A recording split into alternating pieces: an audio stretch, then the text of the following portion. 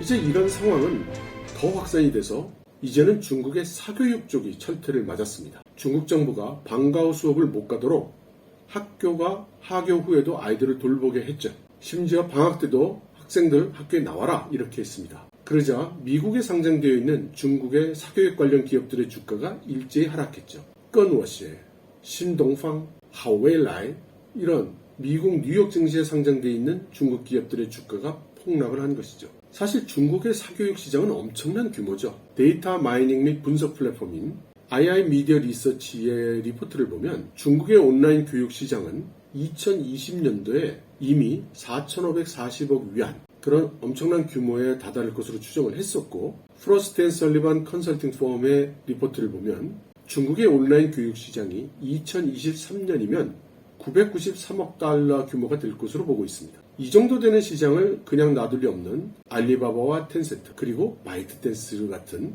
중국의 거대 기술 기업들도 최근 몇 년 동안 이쪽 영역에 투자를 해왔습니다. 그런데 바로 지난달에 중국 교육부가 구체적인 실행 계획을 내놓기도 전에 중앙국무원에서 방과후 핵심 과목을 가르치는 학원들을 금지 조치했습니다. 그리고 중국 당국은 또한 이들 기업들에 대한 외국인 투자를 제한을 했죠. 외국인 투자가 제한되면 당연히 중국의 사교육 기업들은 해외 IPO를 할 수가 없게 되는 것입니다. 게다가 이미 미국에 상장을 한 그런 사교육 기업들은 더 문제가 심각하죠. 제가 개인적으로 들은 소문으로는 신동팡의 오너가 여기에 대한 대책 회의를 하다가 그 회의석상에서 결국 울었다는 그런 말도 있습니다. 그래서 그런지 미국 상장된 아시아 최대의 사교육 기업 신동팡, TAL은 모두 수익 보고의 발표를 취소하고 최근의 규제 발전에 비추어 투자자들과의 소통을 취소했다고 밝혔습니다. 그러면 중국 정부가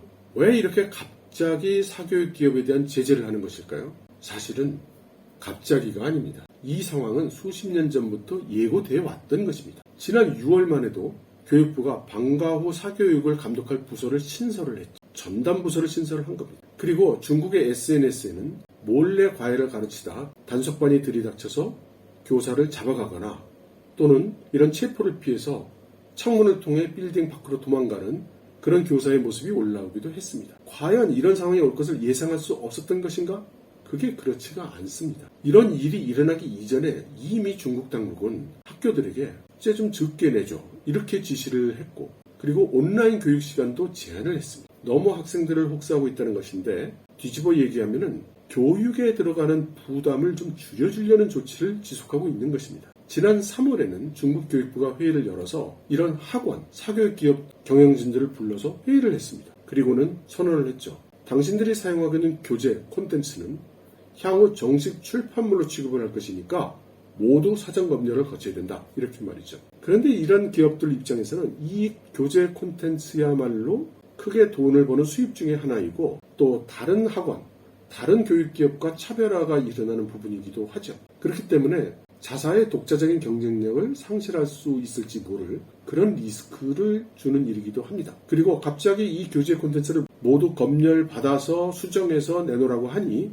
시간과 돈이 또 엄청나게 드는 일이었던 것이죠. 사실 조금 안목이 있었다면 이런 조치들이 취해질 것이라는 것은 금년 초에 중국 공산당에서 가장 힘센 그런 권력기관인 중앙기율검사위원회가 자본의 소용돌이에 빠진 온라인 교육 산업에 대한 국가의 감독을 강화해야 된다 이렇게 선언했을 때 알아들었어야 했습니다. 그러니까 중국 당국 입장에서는 하나씩 둘씩 교육 부문에 대한 정책을 차곡차곡 집행해 가고 있었다는 그런 말씀입니다. 그리고 사교육 기업들은 응당 알아듣고 대응을 했어야 했죠. 하지만 그들은 그러지 못했습니다. 저는 어떤 의미로는 이렇게 기업들이 중국 당국의 의도를 읽지 못하는 근본적인 원인이 법규나 정책이 변한 게 없는 데 있다고 봅니다.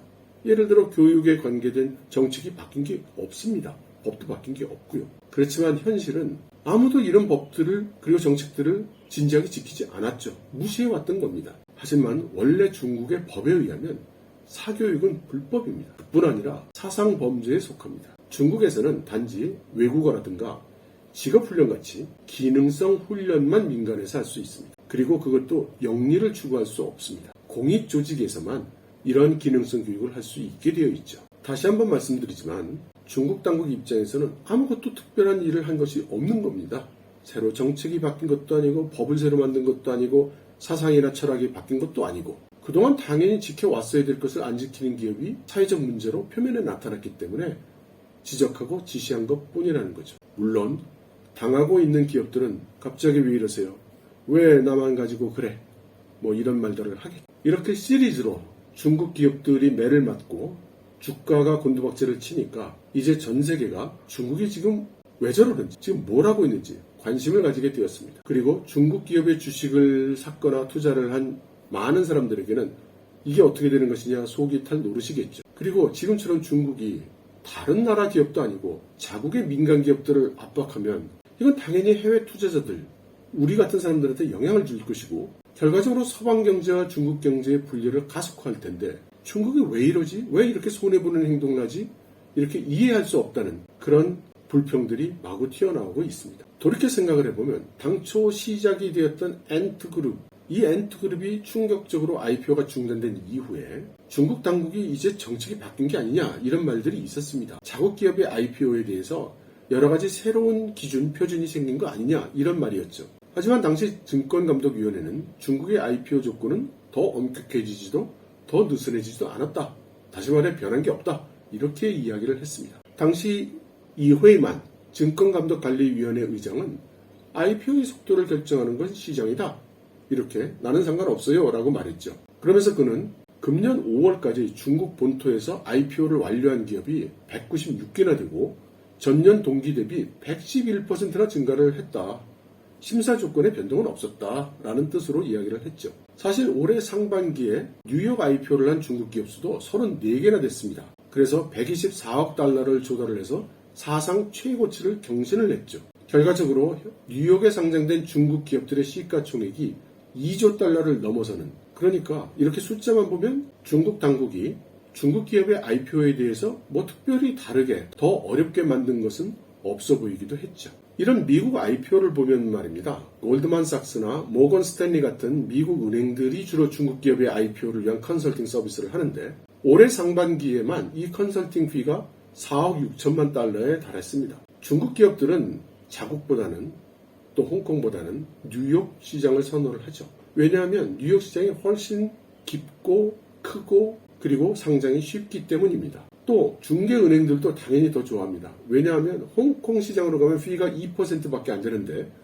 뉴욕 시장으로 가면 5%에서 7%의 높은 수수료를 받기 때문이라고 합니다. 그런데 이제 상황이 좀 바뀐 거죠. 월스트리트 은행들이 중국 기업들의 IPO를 미국이 아닌 홍콩 시장으로 선회하기 시작을 했습니다. 차이나 르네상스의 브루스 팡은 중국 기업이 뉴욕에 상장하려면 이제는 12개가 넘는 규제기관의 심사를 거쳐야 되기 때문에 이건 몇 달이 걸릴지 모른다. 그래서 더 이상 기다릴 수 없게 된 중국 기업들은 홍콩으로 IPO 기관을 옮기려고 한다는 것입니다.